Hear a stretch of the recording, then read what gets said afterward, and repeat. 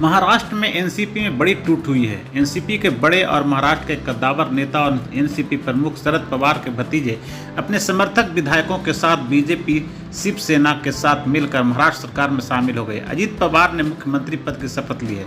इस प्रकरण के बाद बिहार प्रदेश एनसीपी के प्रदेश अध्यक्ष राणा रणवीर सिंह शरद पवार के समर्थन में सड़क पर उतर गए और शरद पवार के समर्थन में जमकर नारे भी लगाए। राणा ने कहा कि इस टूट से शरद पवार के पावर पर किसी प्रकार का कोई असर पड़ने वाला नहीं है।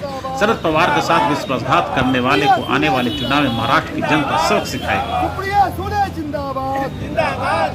शरद पवार जिंदाबाद, देश का नेता कैसा हो, देश का नेता कैसा हो, शरद पवार जिंदाबाद, शरद पवार जिंदाबाद।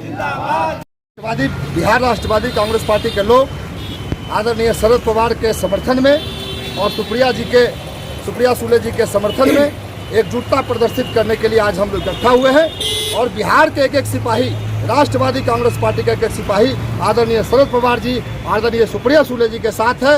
और जो भारतीय जनता पार्टी के इशारे पर कुछ नेता इधर से उधर गए हैं, उनकी औकात कुछ दिनों में पता चल जाएगी। राष्ट्रवादी कांग्रेस पार्टी एकजुट है। शरद पवार हमारे नेता हैं, नेता थे, नेता रहेंगे।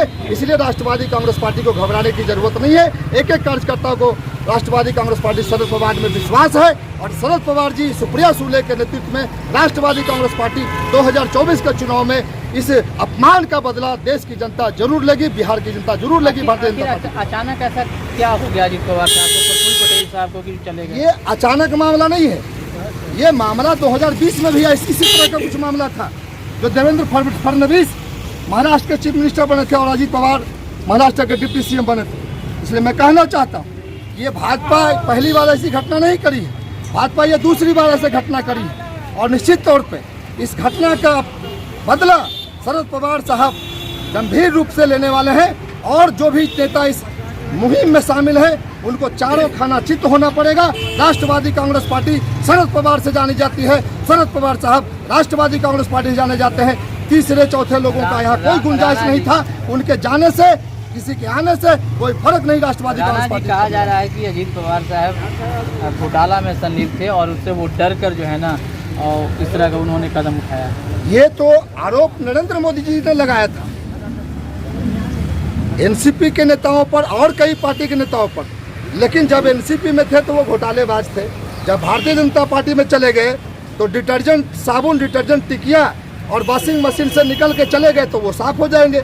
यानी जो दूसरे दल में रहे वो पापी है और जो भारतीय जनता पार्टी में चले जाएं वो शुद्ध हो जाएंगे। ये भारतीय जनता पार्टी का पुराना हथकंडा है। उनको देश की जनता के वोट पर भरोसा नहीं है, उनको किसी दूसरे पार्टी में डाका डालने पर विश्वास है।